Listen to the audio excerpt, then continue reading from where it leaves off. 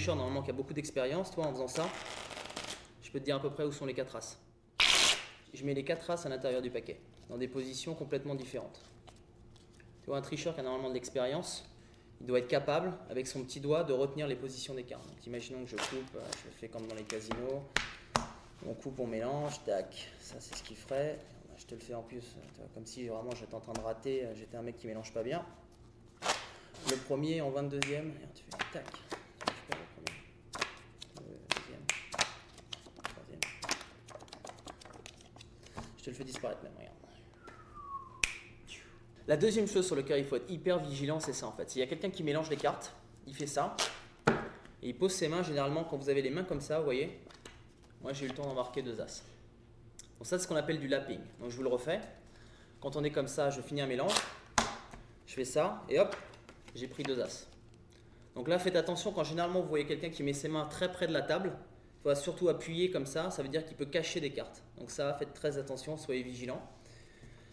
Généralement, ce qu'ils font, c'est qu'ils gardent les cartes ici. Imaginons que j'ai 2 cartes pourries et voilà, 5-3. On vient de me donner 5-3. Donc le mec attend comme ça là et il fait ça. Et il a changé son 5-3 pour une paire d'as.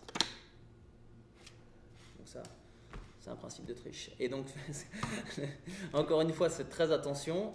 Quand vous voyez quelqu'un qui met ses mains ici, c'est généralement que c'est pas net. Généralement, il faut toujours avoir la possibilité de voir les deux côtés de la main en fait. Quand ils sont comme ça, comme ça, comme ça ou comme ça, généralement ils essaient de cacher quelque chose. Donc ça, faites très attention.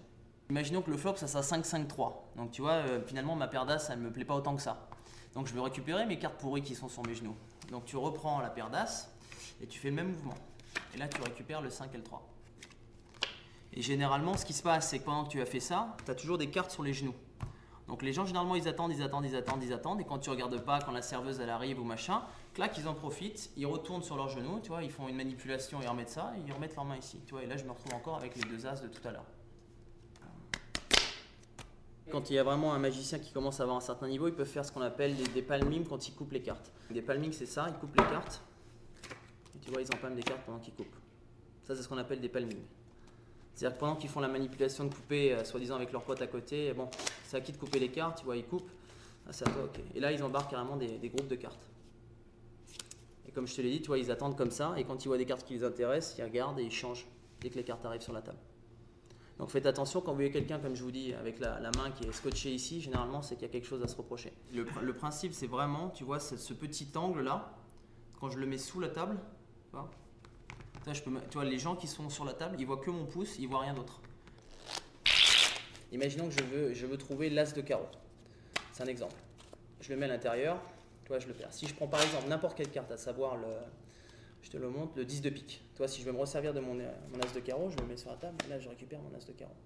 Un bon tricheur, si tu mets à l'intérieur du paquet l'as de carreau, tu vois, il peut mélanger, couper, etc. Tu vois. Ça, je te le fais à la bon tricheur. Toi, si tu récupères par exemple le 3 de carreau, tu fais tout de suite le bon tricheur, tu vois, il peut récupérer son as. Donc ça, c'est un bon principe de triche. Et comme je vous l'ai dit tout à l'heure, la manière après pour se débarrasser des cartes, généralement c'est ça. Imaginons que là j'ai le paquet, je prends une carte, donc j'amasse l'as de trèfle ou n'importe quelle carte qui va avec. Et quand la partie est terminée et que le flop est là, généralement ce que je fais c'est ok, c'est à moi de mélanger. Et c'est comme ça que je me débarrasse des cartes en fait. Donc toi les cartes dont j'ai plus besoin, où je me dis peut-être qu'il y a un mec qui est en train de regarder, etc. Toi je reprends le flop et hop je me débarrasse des cartes. Donc ça il faut faire attention. Donc les principes une fois encore, les mains ici, les mains comme ça, les mains tac, le truc, le mec qui passe devant, faites attention. Je sais que généralement quand vous recevez des cartes, la première impulsion c'est de les regarder, donc pendant à peu près 3-4 secondes, votre attention elle va être complètement sur vos cartes à vous et vous allez oublier ce qui se passe autour de vous. Mais quand vous jouez dans une maison et vous ne savez pas avec qui vous jouez, les autres joueurs, généralement il vaut mieux être vigilant.